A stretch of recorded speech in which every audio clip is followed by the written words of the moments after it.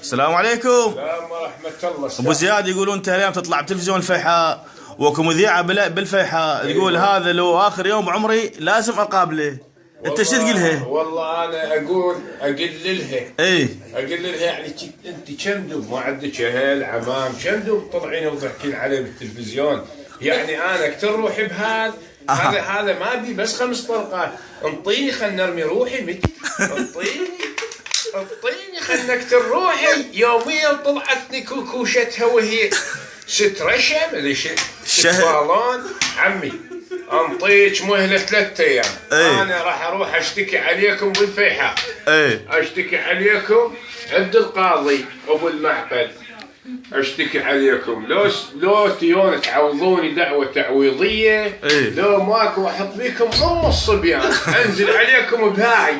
هاي شوفوها اقضيكم قضيان والله.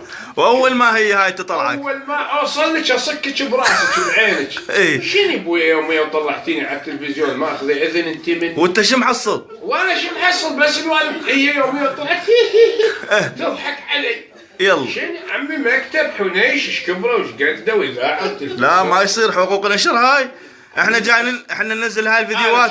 شفت القنوات شفتها يجون الشخص ايه يترخصون منه ويعبرون مشاعره للمواطنين ما شاء الله. اي نعم.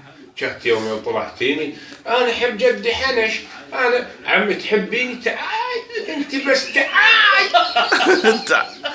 تعال الا شوفك شلون. انت بس تعال. انا بيتنا بالبصره بالهارثه مسجد ورقمي 0770 392 3809. مكتب حوليش. مكتب حوليش. اصليك بهاي.